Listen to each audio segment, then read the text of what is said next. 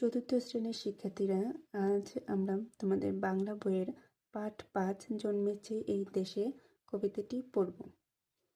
জন্মেছে এই দেশে সুফিয়া কামাল। অনেক কথার গুঞ্জন শুনি, অনেক গানের সুর, সবচেয়ে ভালো লাগে যে আমার মাগো ডাক সুমধুর। আমার দেশের মাঠের মাটিতে কৃষাণ দুপুর বেলা, ক্লান্তি নাশিতে কণ্ঠে যে তার সুর লয় করে খেলা। মুক্ত আকাশে মুক্ত মনের সেই গান চলে ভেসে, জন্মেছি মাগো তোমার কোলেতে, মরি যেন এই দেশে। এই বাংলার আকাশ বাতাস, এই বাংলার ভাষা, এই বাংলার নদী গিরিবনে বাঁচিয়া মরিতে আসা। শত সন্তান সাধ করে এর ধুলি মাখি সারা গায়ে, বড় গৌরবে মাথা উঁচু করি মানুষ হইতে চায়। কবি কবিতায় যে শব্দগুলো ব্যবহার করেছে সেই শব্দগুলোর অর্থ জেনে নেই। কৃষাণ, কৃষাণ অর্থ চাষি। ক্লান্তি নাশিতে মানে ক্লান্ত দূর করতে। গিরি, গিরি অর্থ পাহাড়। গুঞ্জন, গুঞ্জন অর্থ গুনগুন আওয়াজ। গৌরব, সম্মান বা গর্ব। ধূলি, ধূলি অর্থ ধুলা। মুক্ত আকাশ মানে খোলা আকাশ। মুক্ত মন মানে উদার মন। স্বাদ মানে ইচ্ছা। সুমধুর মানে অতি মধুর। এখন কবিতায় যা বলা হয়েছে, চলো দেখি কবিতায় কি বলা হয়েছে। এই কবিতায় দেশকে ভালোবাসার কথা বলা হয়েছে। দেশ কবির কাছে মায়ের মতো। এ দেশে কবি জন্মেছেন, এ দেশে কবি মরতে চান। এ দেশের মাটি ও ধুলা গায়ে মেখেই সবাই বড় হয়। ৩ শব্দ দিয়ে শূন্যস্থান পূরণ করি। এই শব্দগুলো দিয়ে আমরা নিচের শূন্যস্থানগুলো পূরণ করব। চলো দেখি। ক, আমরা বড়দের ড্যাশ করব। আমরা বড়দের কি করব? বড়দের সম্মান করব।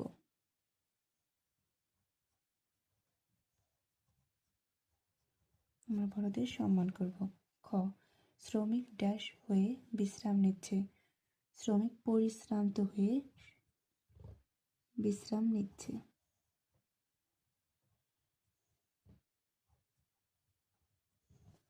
ড্যাশ মাঠে নানা ধরনের ফসল ফলায়।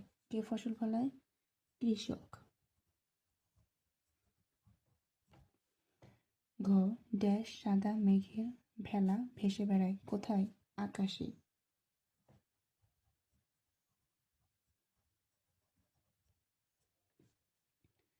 সিলেটেও ছোট বড় অনেক ড্যাশ আছে। কি আছে? পাহাড় আছে। চ, আমরা ড্যাশ দেশের নাগরিক।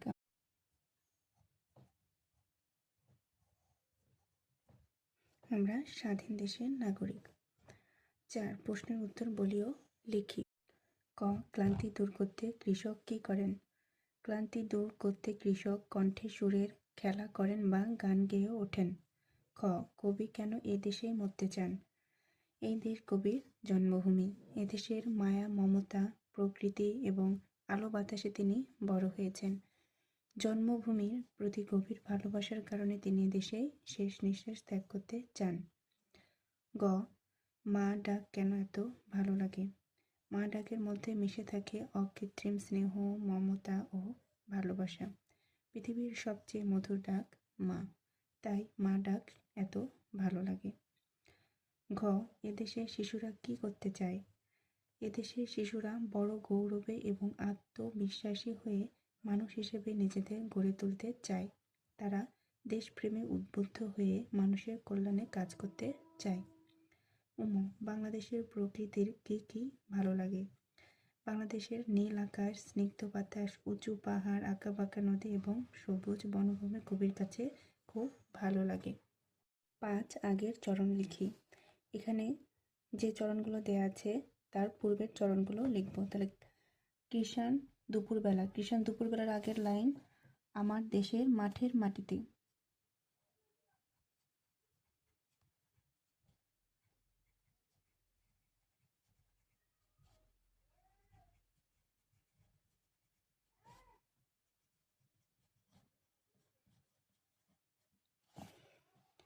আমার দেশের মাঠের মাটিতে কিষান দুপুরবেলা ড্যাশ সুর লয় করে খেলা। কে সুর লয় খেলা করে? ক্লান্তি নাশিতে।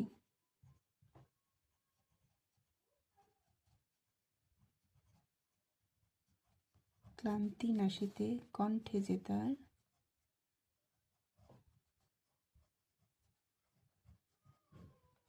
সুর লয় করে খেলা।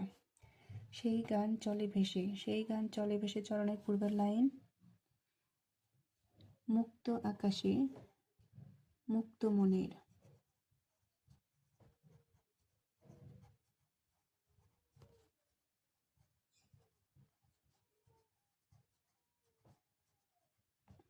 সেই গান চলে ভেসে, মরি যেন এই দেশে, মরি যেন এই দেশে চরণের পূর্বের চরণ। জন্মেছি মাগো তোমার কুলেতে।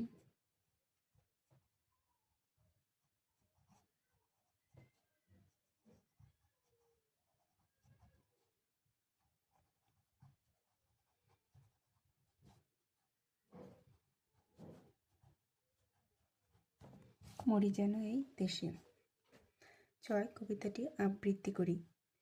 7. ব্যাখ্যা বলি ও লিখি। শত সন্তান সাধ করে এর ধুলি মাখি সারা গায়ে, বড় গৌরবে মাথা উঁচু করি মানুষ হইতে চাই। এই পঙ্ক্তিগুলোর মাধ্যমে কবি এদেশের মানুষের সাথে তাদের জন্মভূমির নিবিড় সম্পর্কের কথা তুলে ধরেছেন। বাংলার ধূলিকণা এদেশের সন্তানদের কাছে কেবল সাধারণ মাটি নয়, বরং পরম মমতার স্থান। তাই এদেশের শত শত সন্তান গভীর ভালোবাসা ও আগ্রহ নিয়ে এদেশের ধুলোবালি গায়ে মেখে বড় হয়ে ওঠে। শৈশব থেকেই এই দেশের প্রকৃতি ও মাটির সাথে মিশে তারা বেড়ে ওঠার প্রেরণা পায়। তাদের একমাত্র লক্ষ্য হলো সুশিক্ষা ও আদর্শে বলীয়ান হয়ে প্রকৃত মানুষ হিসেবে গড়ে ওঠা। তারা চায় নিজেদের সৎকর্ম ও যোগ্যতার মাধ্যমে দেশ ও দশের সেবায় নিয়োজিত হতে, যাতে বিশ্ব দরবারে তারা সগৌরবে এবং মাথা উঁচু করে সুনাগরিক হিসেবে সুপরিচিতি লাভ করতে পারে।